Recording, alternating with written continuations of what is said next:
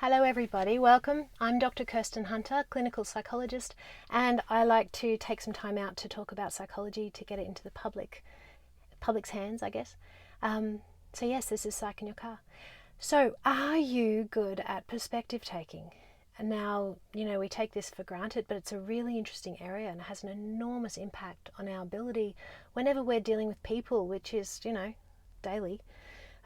So your perspective taking skills. So perspective taking is your capacity to literally take yourself and swap and get into the other person's headspace and understand what they're thinking and feeling and what their experience is. Very, very interesting.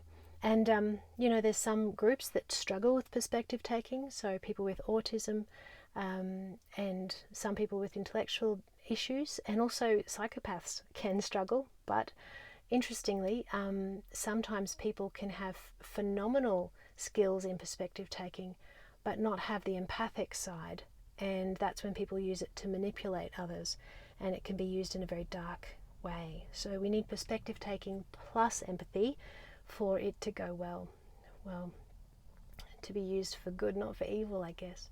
So perspective taking. So first of all, a lot of people, we're going to go through a checklist and you can sort of work out how you go with that. A lot of people, when they're talking with others, they're spending their whole time, or most of it, thinking about what do I think, what's going to be my reply. And they're so consumed by what they're going to contribute to the conversation, they don't actually stop and listen to the person speaking. So that's a really good starting point for perspective taking. How well do you actively listen? And active listening means that you're also drawing the person out. You're showing interest. You're asking questions. You're wanting to expand on their perspective that you're wanting to hear. So that's the first question. Second is not to just look at what they're saying, the content, but to think about why are they saying that.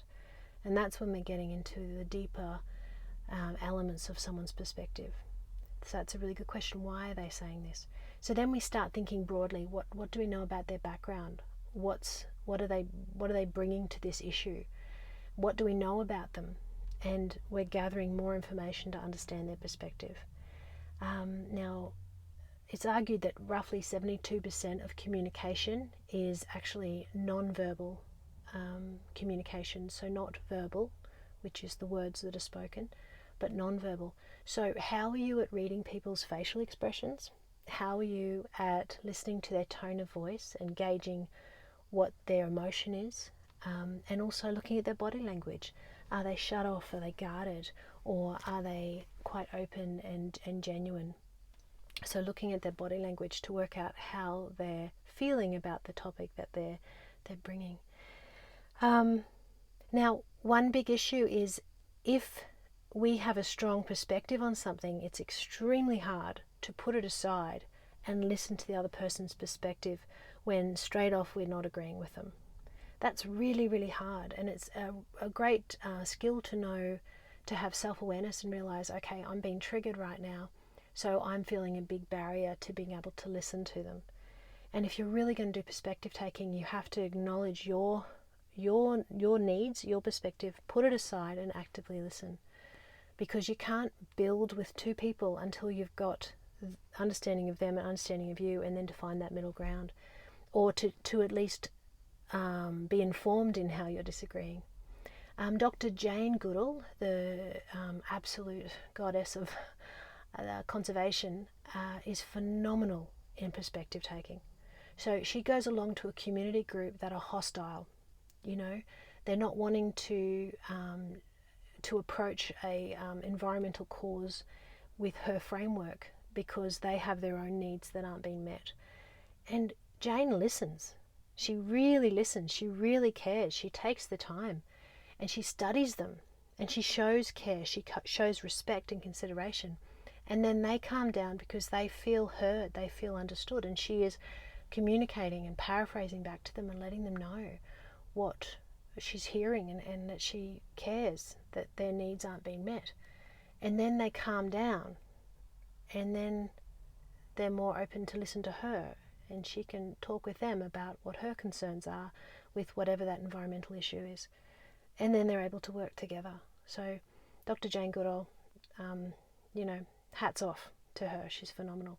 So if you want really amazing perspective taking, check out videos with Jane. She's incredible. So there you go, guys. Perspective taking, really interesting question, and I'm sure we know people around us who are not great at that. Might be developmental, might be their background, they just might not have strengths in that area, and they're going to have a really tough time getting on with people without good perspective taking skills. Plus, we're wanting empathy because we're wanting to care as well, of course. So guys, thanks for coming. Of course, I've got my series of 6 Signposts for Living books. They are 205 psychology areas, and I'm just trying to put it into common language and start a conversation because I really am passionate about getting psychology out there. So Signposts for Living books, they're everywhere, and you can pick what's relevant to you or grab a series. So if you want to find me, my website with all sorts of free resources is kirstenhunterauthor.com. Facebook and Instagram is kirstenhunterauthor, and Twitter, kirstenhunterau. Take care, guys. Thank you.